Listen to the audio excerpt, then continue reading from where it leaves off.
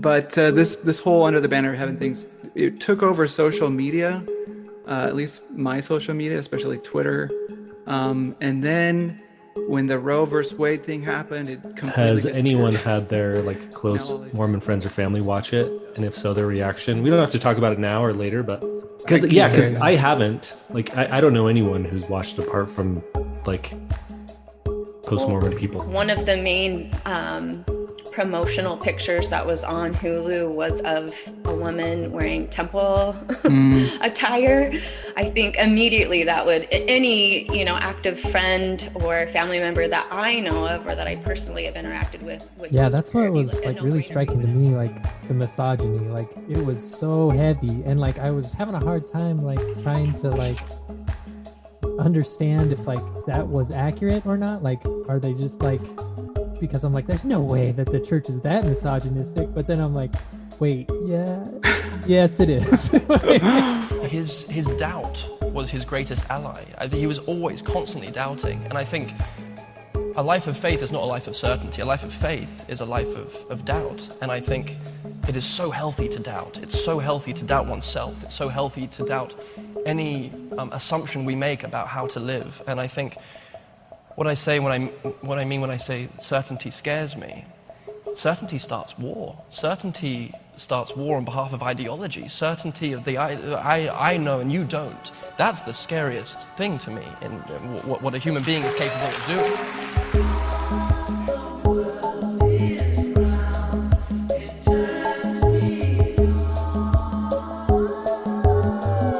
This is Infants on Thrones. Baby steps. You want someone to preach to you. The philosophies of men. I like magical toys. You want religion, do you? Mingled with humor. I don't believe in them. There will be many willing to preach to you the philosophies of men mingled with humor. We are evolving. Baby steps.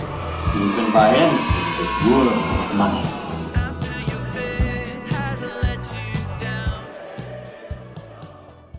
Look for the good in everything. Look for the people who will set your soul free. It always seems impossible until it's done. Look for the good in everyone. All right, welcome back to Infants on Thrones. I'm Glenn Ostland, and this is episode 802. Hulu's Under the Banner of Heaven, a review, part 1. And today I am joined once again by Reed, Jess, Wren, and Curt to discuss episodes 1 and 2 of Hulu's big FU to the Mormon Church, where all of the dirty little Mormon secrets become like splattered, like threads in a web, like in a spider web, threads in a spidey web, because like Andrew Garfield was Spider-Man, and so he's kind of like Mormon man does whatever a Mormon man can. Okay, I'll shut up now, sorta. Hang on to them hats and glasses, cause this here's the wildest ride in the wilderness. Guys, First. Here comes the Spider-Man. yeah, you were first. Were you channeling Arcturians while you were waiting? Yeah, and I was practicing my my John Dolan impressions too. Well, let's hear that. I would like to hear the John Dolan impression channeling. I've never. I'd like to hear the John Dolan channeling the Arcturians impression. Would you please do that, that's Reed? a good idea. Yeah. Hello, hello, everybody. What does he usually say? We got a really super great podcast today. I don't know. I know. Now you're getting self-conscious. I can't do it. Arcturians and John Dolan. I know it's a high degree of difficulty, even for John. Yeah. He has a pretty unique voice.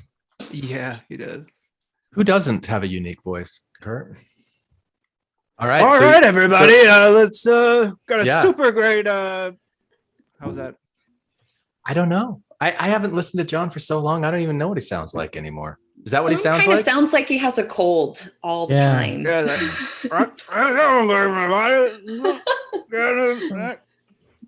Like us on TikTok. Well, I got the Thrive hat going. Way to go, Reed. I'm just kidding. I don't. When it's time. when it's time. Now I humbly turn the time over to Brother. John Hammond says no. Oh, we don't say my last name on here, Glenn. We don't? No. What's that? Just say Brother Reed. Okay. Brother Reed's good.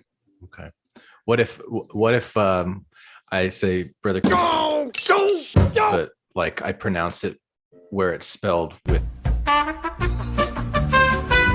That's such a weird paranoia that like, no, I shouldn't say paranoia, but like Anxiety that like this would get back to like a loved one somehow. Like if it got back to a loved one somehow, like wouldn't you just be like, well, what were you doing listening to that? Like, it's like the equivalent of how did you know my eyes were open in the prayer? Like, yeah. So I don't know if you guys know this about me or not, but my dad's name is Glenn Ostlund. So I'm a second.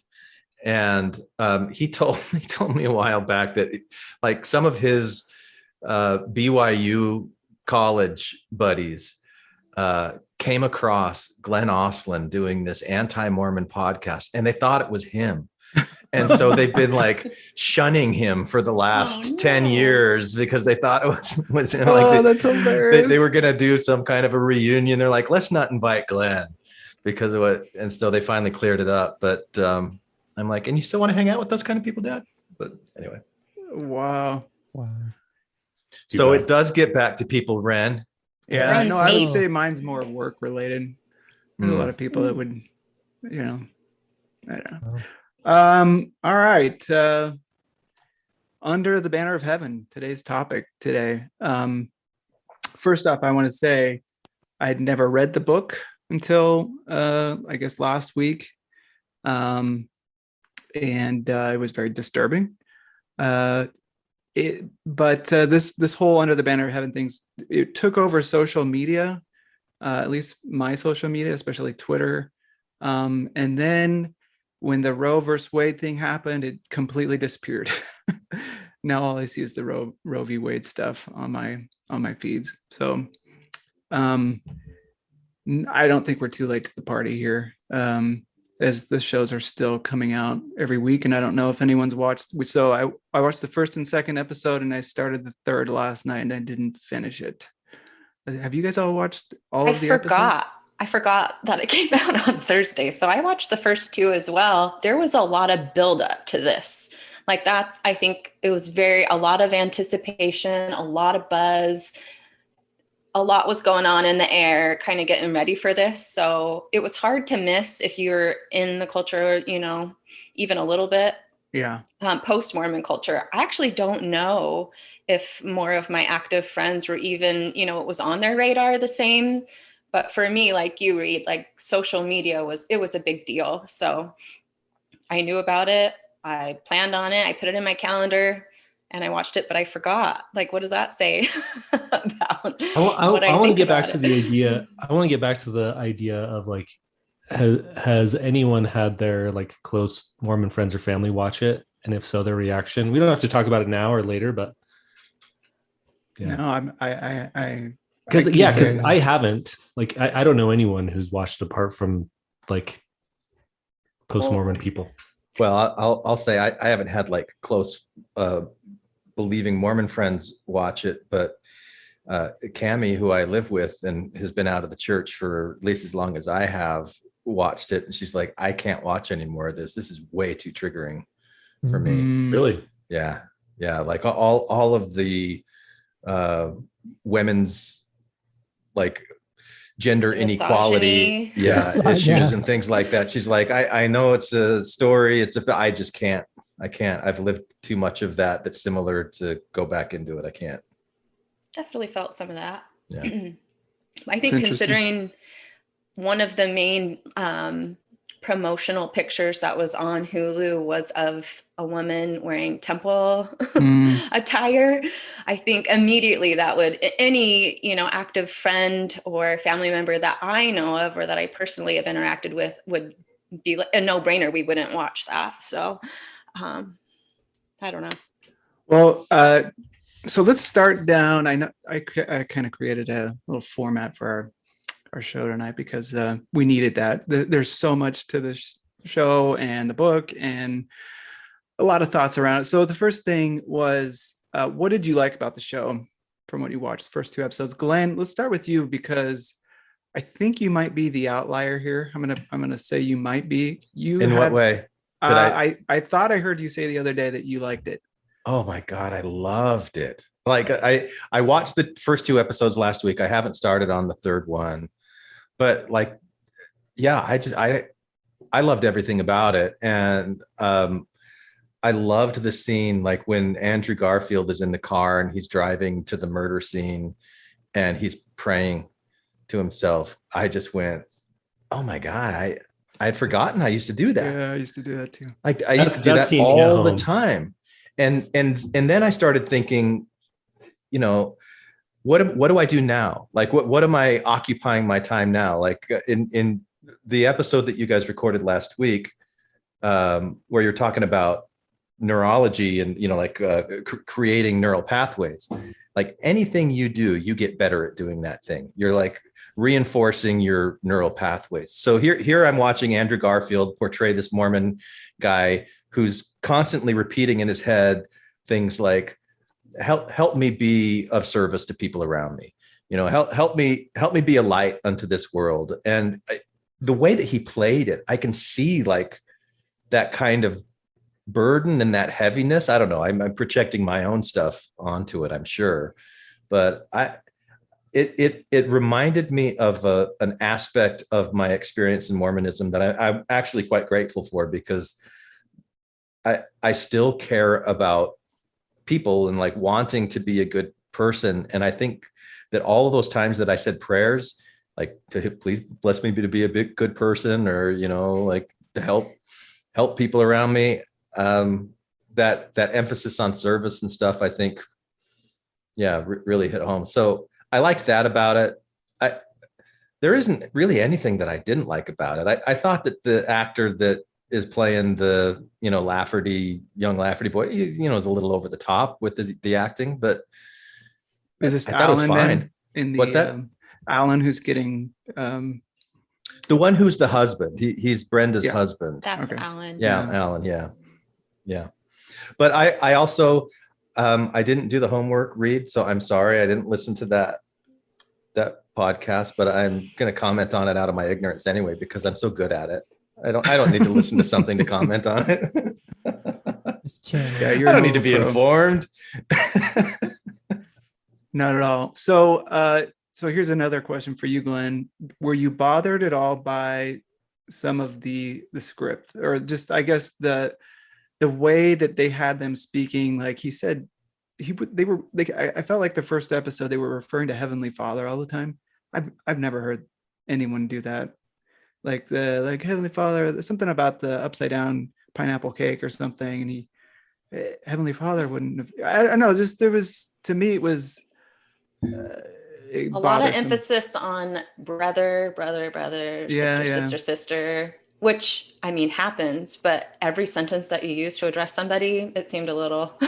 Read. Who was it? The same thing that jumped out to you jumped out to me when he said it was Jeb, Andrew Garfield's character, talking to his wife, and said something about like, oh, like God knows you'd never be able to do that, but he said, oh, Heavenly Father knows you'd. Yeah.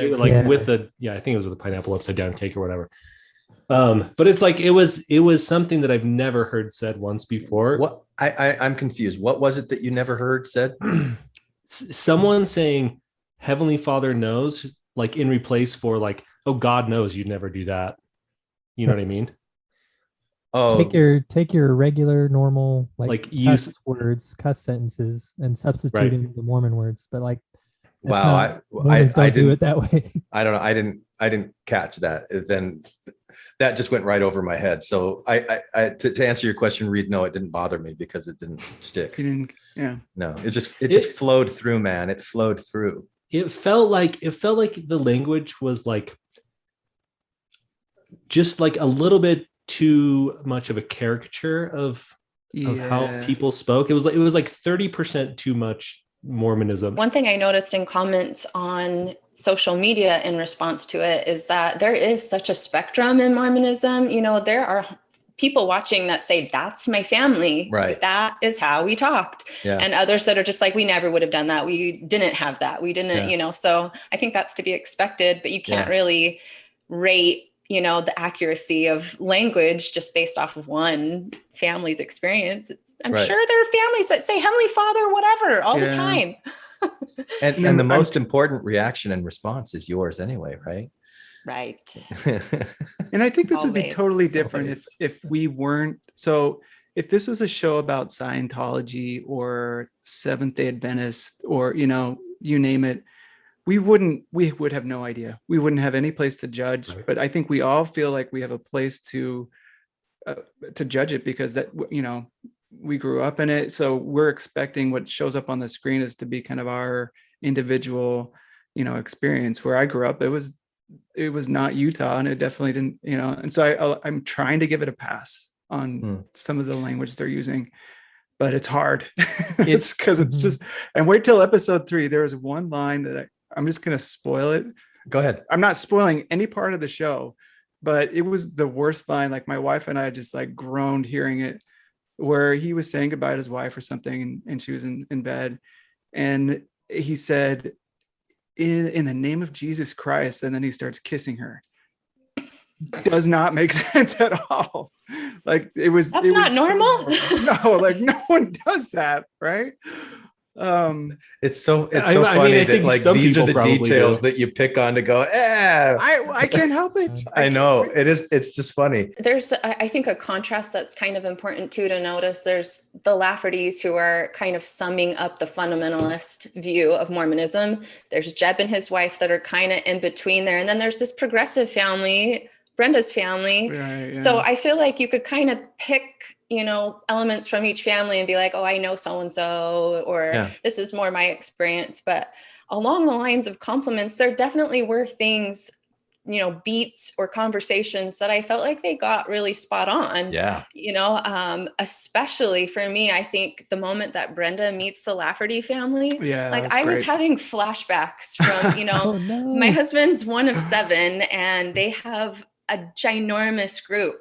And it's so, you know, there's that character, what's her name? Matilda, that's a convert.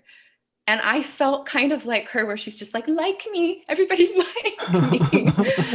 That really translated well on screen, just that overwhelm. And then 2, all those weird comments that are passed around by men, you know, like, oh, she's a looker, or, oh, you really caught yourself one, or whatever it is. Like that happens. I felt that. And that I feel like you could really see that in Brenda, the way she was experiencing it, kind of taking all that in.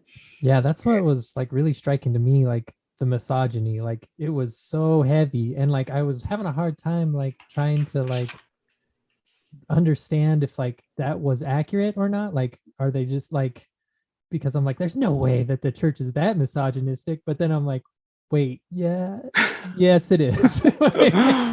Well, especially like back in the 80s, right? Like, it was very different back then than it is now. Like, when I was watching it, I was thinking, is this like, does current day Mormonism feel closer to this type of Mormonism from the from the 1980s than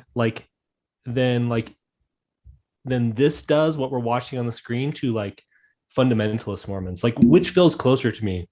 And honestly, it feels like the Mormonism that they're depicting on the show feels closer to like to fundamentalist Mormons who are polygamists and everything. You know what I mean? Than it does to current day Mormonism. I mean, it's current day with everything that's going on feels so. I mean, Glenn, you said this before, like milquetoast when it comes to General Conference and everything, but it feels very just like plain whitewashed. Where here they're talking about doctrine and like getting back to first principles and everything. It just it's crazy. It feels like such a different world. Feels more blatant in this, but having those undertones is going to influence a lot of the more like subdued comments that you get now, or like motivation behind some of those nods that you hear in Sunday school or something, where you're like, what does that mean? But everyone knows, you know, kind of what they're talking about. So it's like, if you're raised and through the 80s, or you're a young adult then, and you were saturated in that kind of culture with extreme, more extreme, they just talked about it. They just said stuff that was more out there. Mm-hmm. If you were raised in that, that's going to inform, even if you're more progressive now, inform a lot of the way that you approach things, the way you have conversations, the way that men, I know for me in my experience, men that would kind of talk down or like, oh, don't say so much, or whatever it is, that's coming from somewhere. And you can see what, those conversations they're having in the show is why you're feeling some of those feelings you feel now as a woman anyway in church. Yeah, I wonder about like what we're seeing most often, episode 1 and 2 is kind of Lafferty Mormonism, to kind of speak to that. Like, is this like what Mormonism was in the 80s or whatever? It's really what the Lafferty family was practicing. And it's really not even what the Lafferty family was practicing. It's like a dramatization of what they were practicing. So it's going to be like an amalgamation of a lot of different, perspectives and stuff. But like, it kind of scares me because growing up in it, not being able to recognize what was happening. Like when you watch that show and that scene, especially the dinner scene that you're talking about, Jess, when she gets invited for that family dinner, there's so many red flags and so many like, why, Brenda, leave now. Brenda, what are you doing? Why are you still at this lunch picnic? Get out of there. Like, I couldn't imagine if like that was happening in real life and I wasn't able to recognize it. Like, what other stuff am I oblivious to? You know what I mean? I will say that I think we all know a family kind of like that, wouldn't you say? And when they bring home like someone that they're dating seriously and come to meet the family, you see them in church, and all your thing is like, run! You don't know what you're getting into. Like, don't get into this family. They're crazy, but they got 13 kids, and everything is about the family. I think we've all that was so I guess ubiquitous part of that show. All right. Anybody else in terms of what the show gets wrong? Or I think we've kind of hit that pretty hard. Well, I wanted to say some things about what I liked. Yeah, go ahead. I really liked Bill. I really liked the other detective. Like I wanted so much more of Bill in this. Like Andrew Garfield's a cute guy and he's great and everything, but like Bill, I feel like was the real, like, audience stand-in for the audience to me, because he's outside Mormonism and he's got such a much more like practical like detective style, and I just wanted him to be a lot more like the everyman reflection of Andrew Garfield's crazy Mormon beliefs, but he was so that I just was wanting more Bill. I was really I learned something, and I don't know if this is something legitimate, historical, or they made it up, but I liked it. In one of the early flashback scenes between Joseph and Emma, first just seeing how young they were was like that was really cool. But the story that she wanted him to elope with her, and it was either, how did they frame it? It was either he's listening to God or he's listening to her father. And if he would have made the choice at that moment to listen to her father, then he would have undermined his relationship with her for the rest of their time together. So he kind of had to, it was almost like he was strong-armed to lean into this, voice of God thing. And that kind of influence on the church, like coming just out of a very common relationship, obsession, infatuation among two young kids, and how that influenced a whole religion that arose from it. I thought that was a fascinating insight, but I've never heard anybody talk about that before. Was that news to you guys, or had you come across something like that before? I've never heard of that. Like I knew that when Joseph and Emma eloped, and then when she got pregnant, that Joseph was telling people that their child would be the one that would translate the golden plates.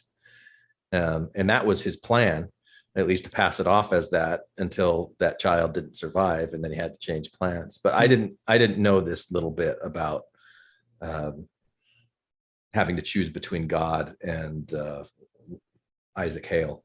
Gee, Glenn, you should have, consulted on the show. So should I have?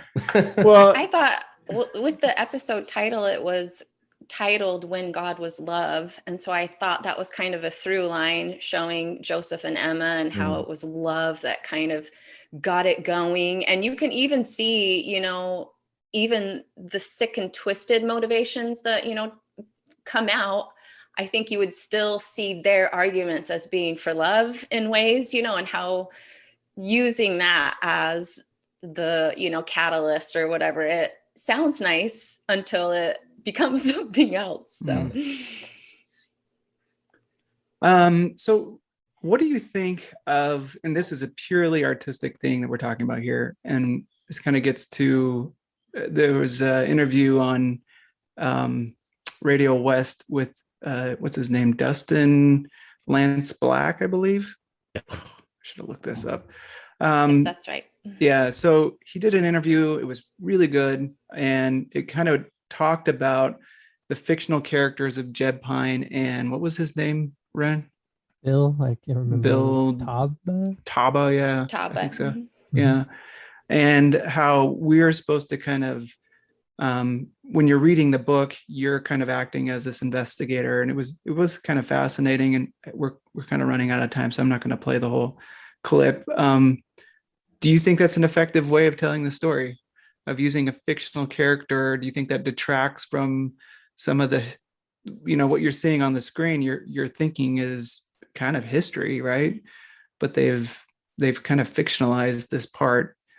What do you think of that? I think I'm kind of in Glenn's camp on this, that like the whole thing's a fiction, right? The TV drama, it is all fiction, right? Like the events happened in real life, but this is a story, and it's a fictional story, right? So yes, it's very effective to have like a character to stand in for, like, kind of key the audience to what they're supposed to be feeling about things. So I'm not really like worried about whether or not like they convey like a reality. Well, I shouldn't say that. I think it is an effective storytelling technique. Yeah, and I'd like to echo Wren echoing me that you can have a character that's Joseph Smith.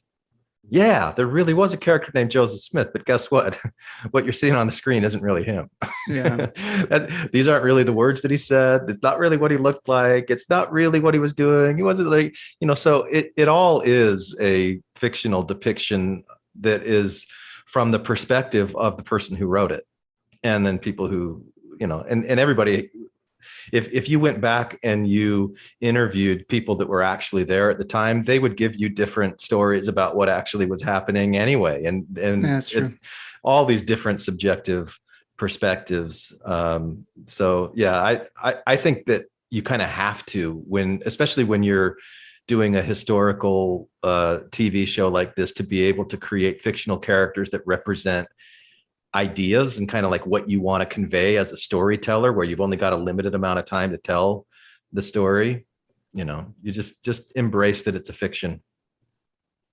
I know that the creator, Dustin Lance Black, when he was interviewed, he stated that his the purpose of it was kind of a cautionary tale against fundamentalism and what happens. And the real important part of, what's really needed in these groups to evaluate the rules that we have and assess whether these are working or not. So having like a plot device, like an interrogation where there's someone that it kind of felt like, did it feel like the guy, Alan, he was the fresh Exmo, and then Jeb was like the active believer, and Alan was just like in that angry phase where he's saying all the things you want to say, like right when you find out all that stuff. Totally. And it just was playing out that way to me, like the beginning of a faith crisis or something where you're processing and someone's trying to take it all in. And then as a viewer, you're left kind of to pick out, you know, what is really happening or what maybe is the story here. I thought that was effective enough, I guess. I can't say I was a fan of him revealing all that stuff during the interrogation, because it just seems so unbelievable. Like your wife and kid just got murdered and you're in there going off about truth claims that aren't, you know, I don't know. For the sake of the show. I know. Moving it along. But yeah, I think we all too, our experiences were like, okay, that didn't work when I did it like that. Or when I brought that up, that was bad. So yeah, we have a different perspective, I think, than, you know, your average viewer. The thing that the thing that I liked about, well, in the interview, in the Radio West interview, Dustin Lance Black talked about how when you read the book, John Krakauer is the one who's like guiding you through the whole experience, you know, and it's his ability to tell a story and like weave these interconnected pieces all together in this coherent story, right? And I think the world of John Krakauer, and I've read, I think, pretty much all of his books. And so like using that idea of taking a detective to like weave you through the whole story, I think it's super effective. And like, I really like Andrew Garfield too. That's just an aside. He kind of reminds me of like our generation's like Tom Hanks or something. You know, he has like a mannerism that's very easy to, I don't know. What did you think of the scene where he ate those French fries? I thought that was such an awkward like scene. Like Bill offered him some French fries. They should use like caffeinated soda or something a little more like, along the line. What is he like? Sticks his head under the desk to like get the fries out of there like a dog or something. I was like, what is happening? Sorry, Andrew Garfield. That's what I was like. This kind of feels erotic. I don't know. All right, so kind of going off of that, what do you believe is kind of the thesis or the goal of the book or the show? We haven't really talked about the book. I don't think there's not enough time to get into that. But are they different? Do you think Krakauer's thesis is different than what Dustin Lance Black is trying to do? Because I think they are a little different, but I don't know. We haven't seen the whole show, so it's hard to tell. Yeah, that's tricky. I think we know where this is going, right? I think the character's heading for a faith crisis. I think the Jeb Pyrie guy is heading, like he's learning stuff and he's gonna deep dive into it and find out, you know, a bunch of stuff. He is. I mean, I don't think that's like, I think that's, sorry. And I think I've like listened to maybe 2 interviews with Dustin Lance Black, and he talked about this. Maybe he talked about it in the Radio West one too, but like he grew up Mormon as well, and then left. I don't know how old he was, maybe his teenage years or something like that. But that's definitely part of it. But to the theme, like, I don't know, maybe we'll get to this later read, but as far as like violence, that sort of thing, it doesn't feel like that's necessarily the theme. It wasn't the theme in my mind of what Krakauer was getting at, and we'll see how much it is throughout the whole series, whether that's like the overriding theme here is like religion has the ability to lead to violence, specifically Mormonism, right? But like the theme, overarching theme for me for sure is like, if you believe in certainty that religion potentially can lead you to do harmful things, if you believe in like very black and white rigid terms, that those beliefs could potentially lure some groups of individuals into doing really terrible things. Do you think it's interesting to note too the fact that the book didn't it come out shortly after 9/11?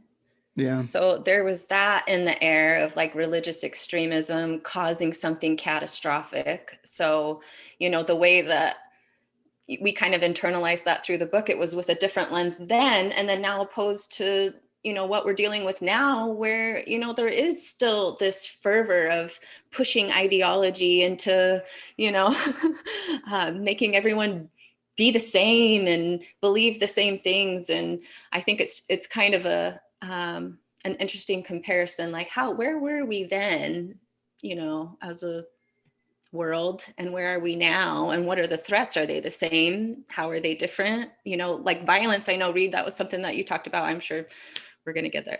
But, like we think violence in one way, 9/11, that's like the epitome. That is, the most obvious form of violence being committed.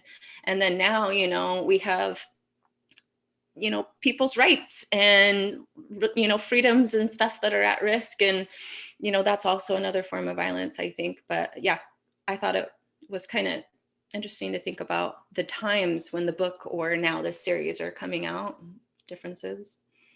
I know in that Radio West interview, Lance Black, he wanted to kind of broaden his theme about like, this is about, ideology or religion, a cautionary tale that, these things can happen if you let it or whatever. But I feel like he was softening his true stance. Like this was explicitly about Mormonism. Like it wasn't about like any religion this could happen. It was about Mormonism, so much to the point that they had all of these like interludes about Mormon history that I'm pretty sure like non-Mormon people, well, I mean, I don't know. I don't think that they would care. Like you don't have to get your point across by like converting people to Mormonism first and teaching them the whole history of everything. And then like, explaining that was the motivation behind these murders. If your like theme is a much broader, ideology or like religion can lead to violence. Like it was Mormonism leads to violence, right?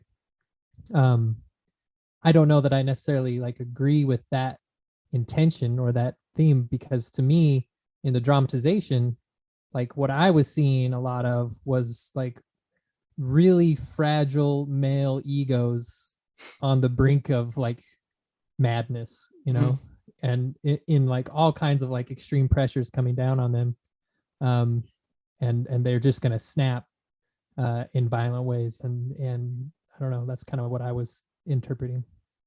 Yeah, totally. And I think I read somewhere the phrase certainty is another means for ego to take control. So the minute that you allow yourself to think that you know, or that you should know, it just gives permission for that egoic like state to come out and just take charge. And it really is. I think you're right, Wren, about kind of examining kind of the male stereotypical power hungry type of thing in a structure like that, like what can happen, the range of that. Yeah.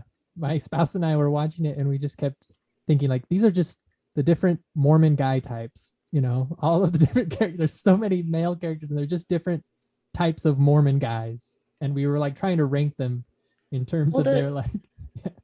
Yeah. The second episode had that creepy professor. Like that is so common, guys. Like that is my experience where you'd be like, oh, let's meet after church and talk to you about some callings. And then they start talking for a while and you're like, when are we talking about the callings? So there's, I don't know, a lot of nods to just how weird it is. Yeah. There's so much weirdness in I mean, yeah, so much weirdness in male Mormonism. I remember like this when I lived in Colorado and we had like in our ward, there was this guy that would just like always just like he was old, like 60 and would like semi hit on my wife at church all the time and just like come up and touch her arm and just like say these weird comments about what she's wearing and everything. And every time it was so awkward and like we would laugh about it after, but at the same time, it was just so cringeworthy, like, and like that. 2 years ago, Tanner and I were sitting in sacrament meeting and I had already kind of left, but I was still going as a support. And someone that we knew in the ward came up and just said, you got yourself a real looker here. Like, we're just sitting, minding our own business. But, like, I don't think people even give themselves permission to think about what that might feel like for somebody to hear. It's just so second nature. Well, is that comment though unique to Mormonism? Would you only? I don't know. I haven't been in any other religions to know if some other, weirdo is going to come up and. Well, when you have sacrament meeting with all men sitting up there, and all the man walking up and down the aisle counting, like you're just reminded, passing sacrament, all of that, who's in charge. So regardless of if it's explicitly like said or spoken out loud, you'll feel that feeling of, oh, I'm a little bit less than, like, or and it's not explicit, and that's why it keeps going on. I think most of the time is, you're like, oh, well, they're just nice, or, oh, that, I don't know. I think, Mormonism, grew up in the context of America, right? And so the stew of American patriarchy, is what grew Mormonism. And Mormonism then took that and made it sacred, right? And said that this power structure is a sacred power structure. And so it's unique, kind of, right? It has a unique American flavor, I would say. Well, Krakauer called it a distinctly American religion, Mormonism. It's the epitome of an American religion, right? Just like you said, Wren, it grew up as America grew up, and then you get that vibe throughout the show, which I thought was I really love this aspect of the show, showing the Laffertys' disdain for the government and disdain for taxes, because that is so on the nose with like the Bundys and Clive and Bundy, Nevada ranchers not paying taxes, or going up into Oregon and taking over government buildings, that sort of thing. It's those roots, it's not like Mormonism everywhere, but there are reasons that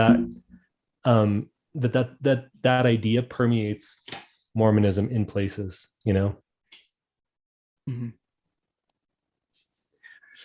All right. I'm going to play a clip now. We're going to transition a little bit here.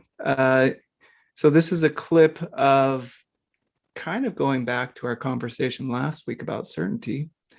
Let me just share. Let me see.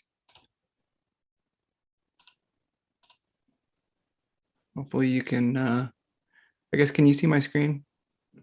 Yeah. All right, here we go. So what do you mean? By the way, this is Andrew Garfield, and he's on Stephen Colbert's show, and they're talking.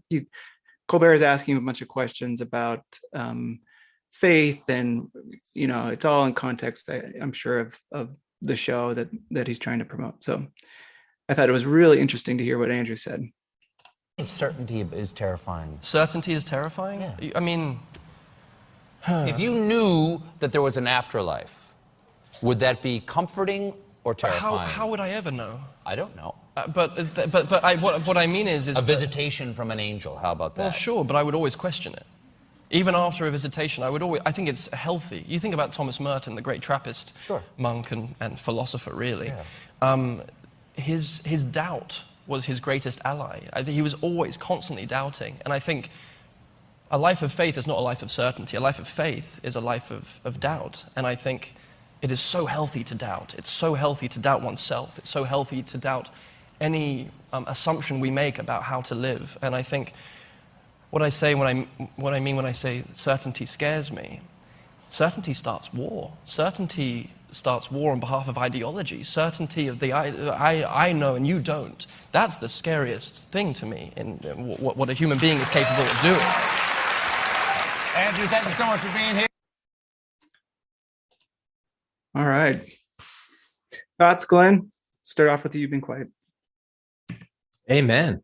Yeah. Yeah, I agree with him. Yeah, certainty about anything when it creates fights because you're arguing with people about anything that you're certain about when you're really not that, are you really certain about it? Is it really worth having a fight about it? Could you go, maybe, I don't know. I could look into that thing. It's not like, I don't see it as like a black or white thing. Like you're either certain or you're uncertain, but it's like, can you just relax a little bit? Go, yeah, I think that it's this way. Everything that I've experienced makes me think that it might be this way, but it could be some other way. So I'm going to be like mostly confident, but leave a little bit of room for if there's something that comes along that shows me that I'm wrong. I want to know.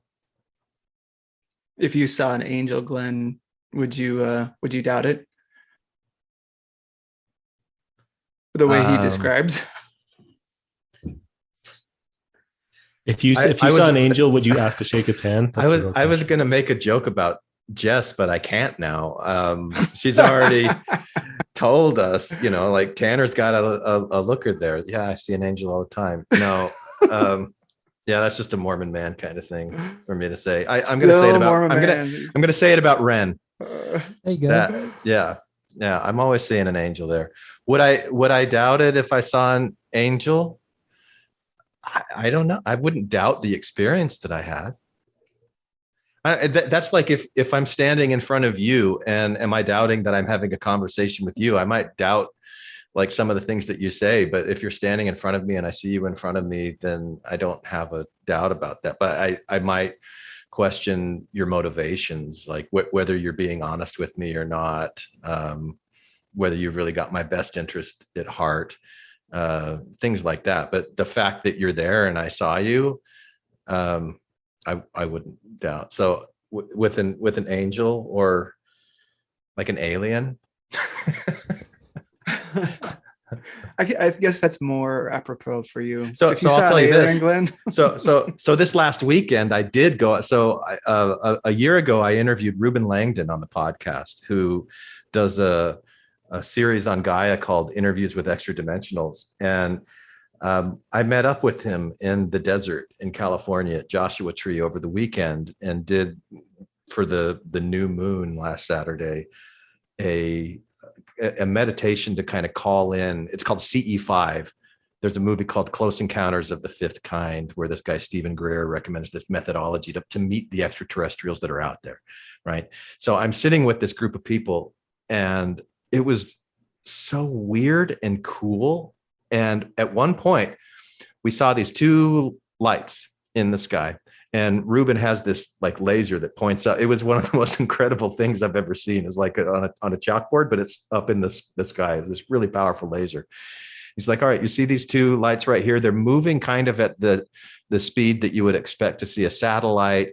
They're not blinking, but there's two of them and they're moving in unison. And the way that I saw them, they like moved in a straight line and then they kind of like moved off to the side and then they moved in a straight line and they kind of moved off to the other side. So they're kind of like a zigzagging thing.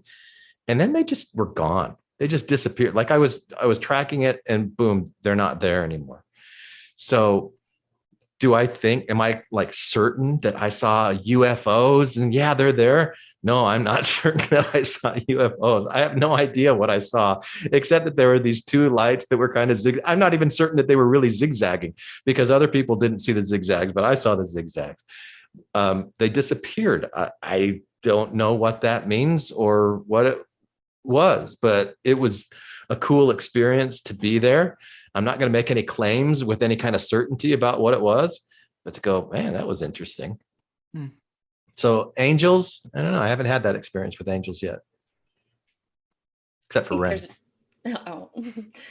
I think there's value in holding truth or ideas, but it's kind of more a matter of how tight or how willing you are to allow the grip that you have on that thing to loosen, or, we won't learn maybe as much as we would if we didn't pick things up and examine, as having experiences like Glenn's talking about, or, even our experience in Mormonism or whatever it is that we're interested in the moment, pick those things up, hold on to it. You see it, you learn from it, but be willing to kind of let it go, when the time's right. And that's kind of where, for me, it parallels a lot with nature, because nature is always evolving. You look at a beautiful tree that's blossoming in spring and you love it and you see it and it's there. and the blossoms fall and it goes through winter, and that's okay, because that's real. That's the way the world works. And I think it's damaging when you're holding on to that idea of the blossoming tree saying it has to be this all the time, because you'll be disappointed like everything else that changes and grows. So when what's his name? Sorry, who we were just talking to about certainty. Andrew Garfield. Andrew Garfield. When he was talking about certainty, the thing that was coming to my mind is like, okay, we talked about certainty a week ago and all the things that I'm certain of or not certain of. And mostly it's like, I'm not certain of anything in my life, right? And I think back to when I had a quote unquote testimony and the things that I was certain about, and the experiences that I had and the feelings and reasons that I had to get me to that certainty. It's not like I'm necessarily discounting those experiences right now that I've had. I remember, like, I went back and actually reread some of my mission journals not that long ago, and I remember those experiences very clearly, and how I felt at the time, and then rereading them. But it's a reinterpretation of what those experiences were, and how, and the mental state that I was in, the emotional state, the spiritual state that I was in at the time. But being open to reinterpret like my understanding of the world on a regular basis, that's something that I hope I'm certain of into the future, like that I will be open to learning new things about myself and learning new things about the world around me, wherever it feels most right and true going forward. And not that I have like landed on the one true truth. I'm making some big air quotes for listeners. Love it. You guys are awesome. All right, we're going to move on to our next clip. So I'm actually going to play the clip from the Radio West interview. And this is Dustin Lance Black's discussion about violence. And he's actually responding to a Deseret News article written about the show, which I don't know if you've listened or read, but it's horrible. Anyway, let me play this clip. In the instances where it's been used as a justification, and that's certainly not exclusive to Mormonism. Take a look at the Crusades. Yeah. I don't think Christ would have been like, hey, that's the right way to go about this. I also would challenge the research in that article. How do you define violence? And in a culture where, and I know this firsthand, where women very often report violence in the home and they're told to turn to the church before the state. This happened in our home. This happened to me. When a Mormon stepfather's fist landed in my 8-year-old face and blood poured out of my nose, I was not allowed to go to the police. I had to go to the church. Before we accept the conclusions of that article in terms of violence in Utah, I think we need to consider what goes unreported in the state of Utah. And I think we need to consider what we define as violence. It's not just the shedding of blood. It's also the crushing of souls and self that is pervasive in this faith. And that is particular to women and LGBTQ people in Utah and in the Mormon faith. Violence takes many forms. We should be paying attention to all those forms. And we should also understand in this culture, violence goes unreported because you are supposed to talk to your bishop before a police officer. All right.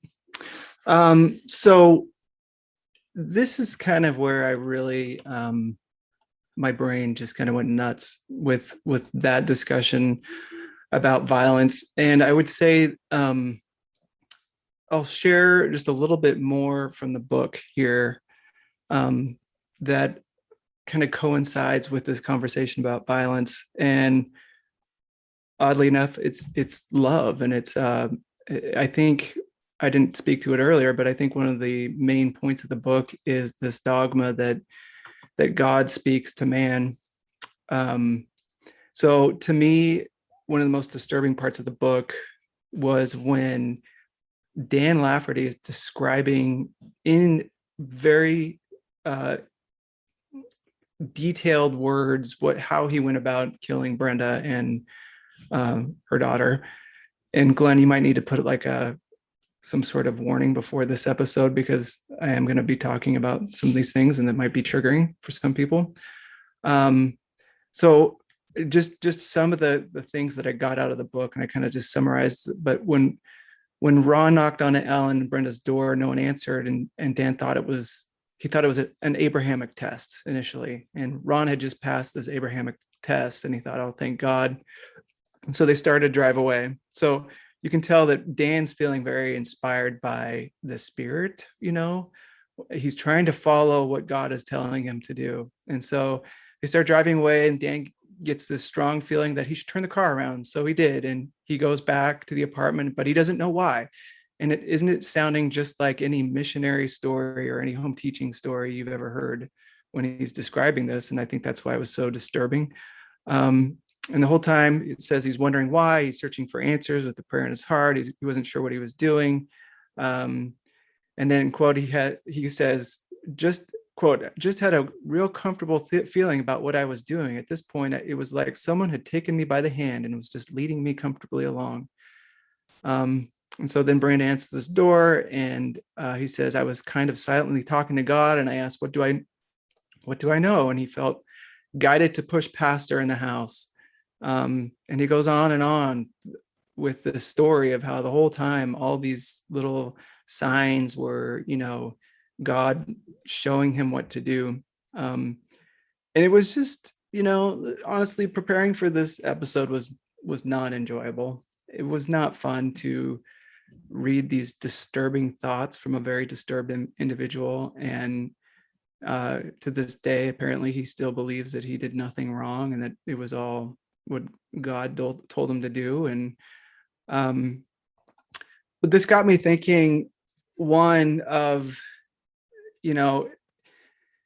this spectrum of violence that is out there. And I'll give you an example of this. So you have on the one end of the spectrum, you have this Lafferty type violence of murder, but then there's this other really subtle passive violence that I think is out there. And I'll give you an example. If because I've thought about it before. Sometimes I go biking on Sunday, and when I do that, I think, if I get hit by a car, which I'm always thinking about when I'm biking, and I die, the first thing that my parents will probably think is, why was he biking on Sunday? He shouldn't have been doing that. He was breaking the Sabbath.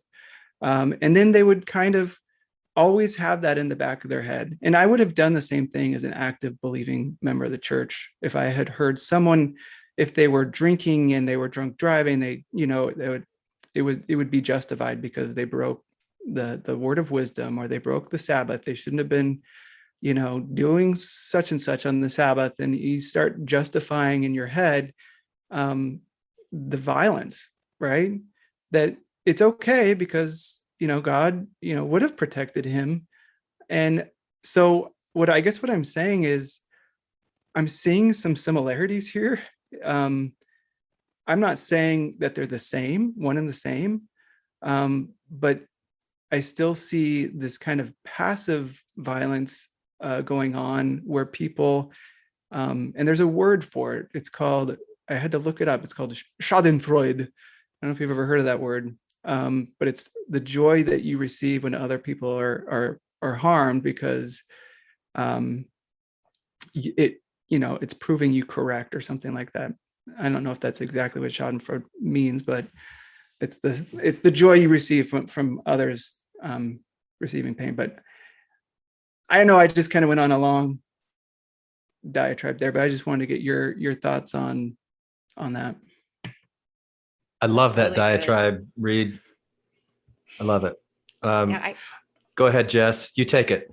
No, I was just going to share a similar experience that was actually kind of pivotal to Tanner and I, like my husband and I, our experience of stepping out, because we were slowly starting to have a different lens looking at the actions of the members around us. And we were invited to a dinner with a big group of members, and someone brought up this really tragic accident, like this car accident, but two newlyweds that were in it, and they both had just gotten married, and they both passed away in this accident.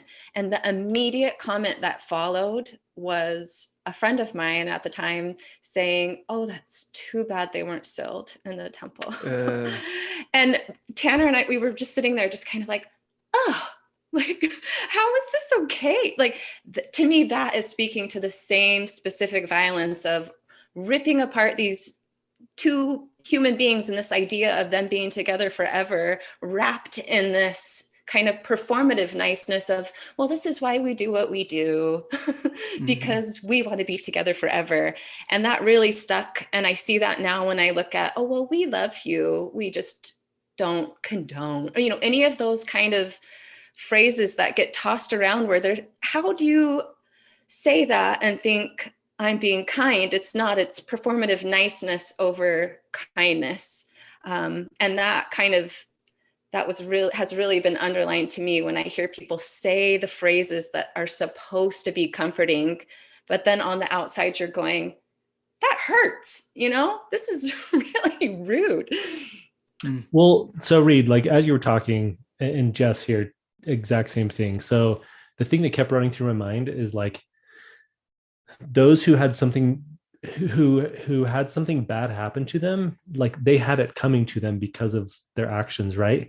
And it allows an individual, like in this case, like the Laffertys, it allows them to offload the mental burden of performing that terrible act on someone else to like, oh, this is God's will. Like this is not me doing this. I'm just like the vessel by which this action gets completed, right? And whether it's like the most awful case, like in Under the Banner of Heaven, or whether it's someone saying something terrible at a dinner party, or like insensitive at a dinner party, like there's that idea of this was what God wanted to occur, and like it's not on me anymore. It's it was God's will. Like it totally deflects the personal ownership that you have for your actions and feelings and everything that that goes through you. Or even just acknowledging the complexity of it, like that you can't sit with that like dissonance in your brain for very long in a structure like this that we're talking about. It's too uncomfortable. And one of the biggest purposes and things I probably miss, if I'm being honest, is that feeling of, oh, well, I know, like there are these things set in place to make me feel protected when something is uncomfortable. And, there's all those cultural reminders all the time, like we're saying, that reinforce that and I get it. I understand that. Hey, Jess, can I pick on you for a little bit? Sure. So this example that you gave, when you and Tanner heard this other couple say, oh, it's a shame that they weren't sealed at the temple, the ones that had been in a car accident, you interpreted that as a really violent expression from this other, that they were committing violence. That's what I thought you said, right? Mm-hmm. Could you explain to me where the violence is occurring? Like, what is the violence and how is it happening? Here's my perspective on this, because I think one aspect when you're deconstructing is to start putting yourself in other people's shoes more often. And I find myself, when I hear any kind of experience that anyone has that I might have a judgment, I try to imagine reframing that from someone else's perspective. And so immediately hearing that, it sent that reflex of like, if this family heard that someone thought that they wouldn't, whatever it is, just like how, it just bumps up against that. You have no idea. So the violence, it would hurt the family of the people that lost their. Yeah. So that's where the violence is. So something is hurt, or something's destroyed there. It's the potential harm. We were all Mormon there, but the potential harm that statements like that cause, I think you're just kind of cued into it a little bit more. And although I wasn't just like appalled and yell at her or anything like that, it just stuck in there like, oh, that's one of those things that can be a catalyst for hurting people. Okay. So maybe it isn't necessarily a violent act, but it's an evidence of violent sparks. Well, I love that you brought it up as an example, because I think it provides a really good case study to ask, like, what is violence, and what's violence when it comes to communicating with another person? Like, this is what I think and this is what I feel. Are any of you familiar with nonviolent communication, NVC? You ever heard this before? Never heard of it. No. We've got something to talk about in our next group coaching then. Nonviolent communication is really cool. So I would encourage you to look up nonviolent communication. It's really helpful, especially when you're interacting with spouse, loved ones, family members. And it's all about taking ownership for here's what I'm thinking and feeling, and I'm not going to tell you how you are, because that would be violent. That would be me inserting my opinion of you and saying that you are somebody other than what you think that you are. I'm just going to stick to me. I'm going to stay in my lane. Like, when you say something like this, it makes me feel this, is a different way than saying, like, you did this to me. And where the other person, like, no, I didn't mean to do that to you. Like, the person that's accusing them is actually committing an act of violence through their speech on the other person by not giving them the respect of their own thoughts and opinions. Anyway, so I want to go back and refresh myself on nonviolent communication, but it's an interesting question. Like, how, if you're a Mormon and you really believe that, it's too bad that they weren't sealed, because they have their best interest in heart. They're like, we loved these people. We wanted them to be together forever. Now they're not going to be able to, like, they should be able to express that of themselves without that coming across as being a violence to somebody else because they're wrong. Well, how do we know that they're wrong? Are we certain that they're wrong? So this is what I wanted to make sure. I didn't really make it clear the first time, but I think so let me give a couple of examples here of, I remember when I was very active, very believing, there was a guy that left the church very publicly and very antagonistically, and his business failed, and I was happy because I thought he was going to be humbled to come back to the church. And I think this is what parents do with their kids who leave the church. They hope that, their kids are humbled to the point that they think it's just a matter of humility. That's all they think it is, and they'll come back. And so, but it's motivated out of love. Like, they want their kid to be saved in the celestial kingdom, and the only way is for them to become active again and take the covenant path, right? And so I think that's what I'm getting at, is there's a similarity with the Laffertys did. They were wanting, Brenda to fall in line so they could all be the same, and they could all, they were all trying to enforce their certainty, I guess, but it was motivated, and it's ugly, out of love, right? I don't know if it's love or if it's just some other tribal motivation or something, but I wouldn't say that the Laffertys were motivated by love. You thought that they were? Well, when you listen to those words that he was talking about, I mean, you don't get any feeling like there was any hatred for Brenda. I mean, the whole time he's guided, and he's I don't know.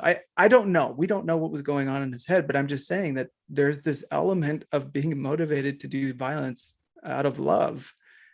Like a parent who's worried about their kid leaving the church, hoping that they lose their job and they fail miserably in life so that they will be humble to come back. I'm just saying that's the point I guess I was trying to make. That's the whole concept of blood atonement, right? Right. From Brigham Young, like that you, if you really love them, then if you really love them, you would do it. Right. Right. Really right. And so when you're calling something love that isn't actually love, there's a danger in that, right? And you get that in the Mormon church now, where like, we love our LGBTQ brothers and sisters. We just deny them their, their happiness in every single area of life, but we love them. Okay, really? Let's stop and talk about what love actually is and what love actually really means. We're functioning on different definitions of love, conditional or, unconditional love. We're talking same words, different meanings. Yeah. Well, yeah, this is like what we were getting back to, a while ago, talking about love. Who controls the definition of love, right? Control. Ooh. Yeah. I mean, because you are putting it out there like, oh, that wasn't in love. Like Glenn's definition of love, it wasn't in his definition of love. But like the Lafferty's definition of love, we don't really know what that is. But is love some kind of universal virtue that just exists objectively? Like, I don't think so. I mean, it's interesting. Lance Black talked about, Jesus Christ in that like thing we heard from Radio West. He's like, oh, I don't think Jesus would feel too happy about the Crusades, but Jesus did violence, right? Like Jesus was violent towards the existing structure of like the Jewish like traditions that were happening at that time, right? Sure. And he wanted to tear it down. And like there were times in the Bible where he did do that, right? And like there's this this philosopher guy, Walter Benjamin, who wrote an essay, a critique on violence, or on the critique of violence. And he talks about these two types of violence: mythic violence and divine violence.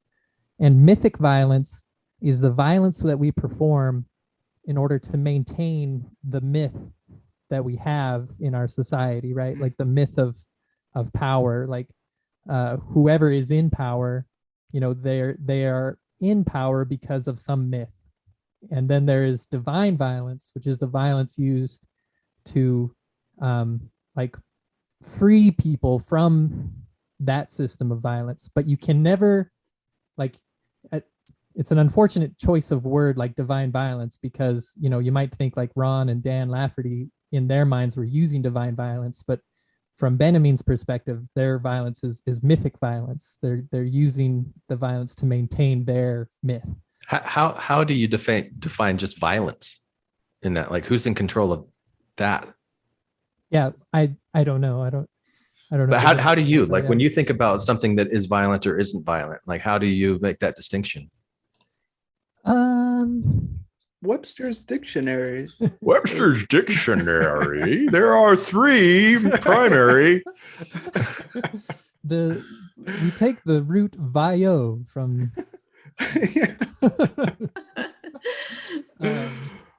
No, I don't know. It's hard because depending on your frame of reference. That's a physics joke. That's why all the physicists are just cracking up. Any action may be perceived as violence, right? Like depending on your like how you perceive it. And so I don't know, like it's similar to love. Like there's no like such thing as like violence as an objective force in the universe. Can there be respectful violence? Yeah. Really? I mean, if you live in the United States of America and consider yourself an upstanding, good citizen, then there are lots of types of violence that you condone, right? Your life is maintained by a whole system of violence. Well, but what I'm saying is, can you respect someone and commit an act of violence against them simultaneously?